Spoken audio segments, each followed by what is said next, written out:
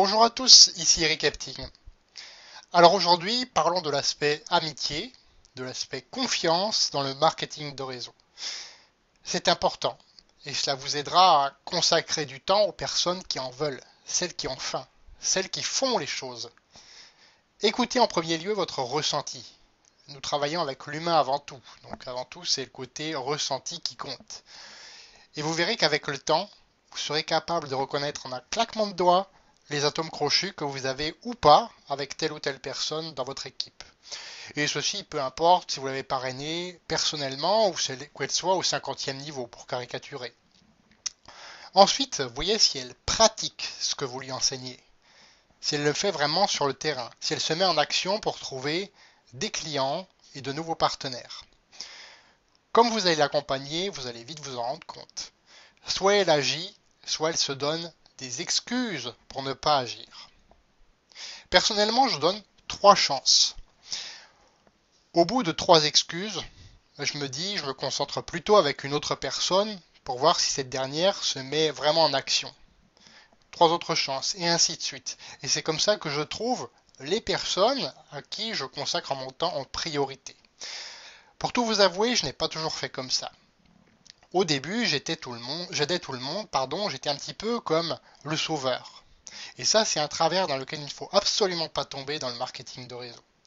Parce que du coup, je n'avais plus de temps pour moi et du temps à consacrer aux personnes qui agissaient, qui voulaient avancer.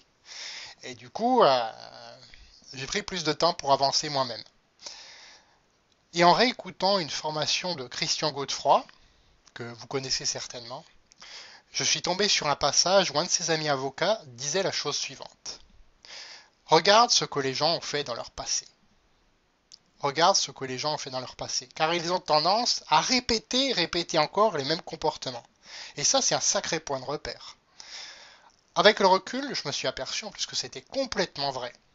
Par exemple, quelqu'un qui papillonne d'un marketing de réseau à un autre gardera cette habitude, à moins de tomber vraiment très bas. À moins qu'un jour, après avoir changé encore une fois au bout de 3 mois de marketing de réseau, ils se disent « Ah ben mince, il est temps que ça change ». Il y a cette prise de conscience. Quelqu'un qui se trouve des excuses pour ne pas faire continuera la plupart du temps, à moins encore de tomber très bas et d'avoir encore une fois cette prise de conscience.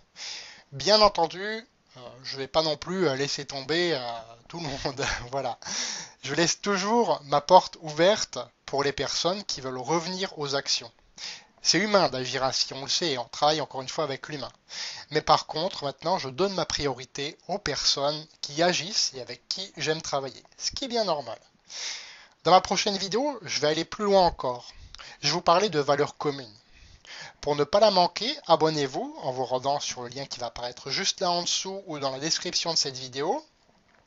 Et donc cliquez dessus et à ce moment-là, vous aurez juste à remplir un formulaire pour vous abonner. C'est tout. Je vous dis à bientôt. Au revoir.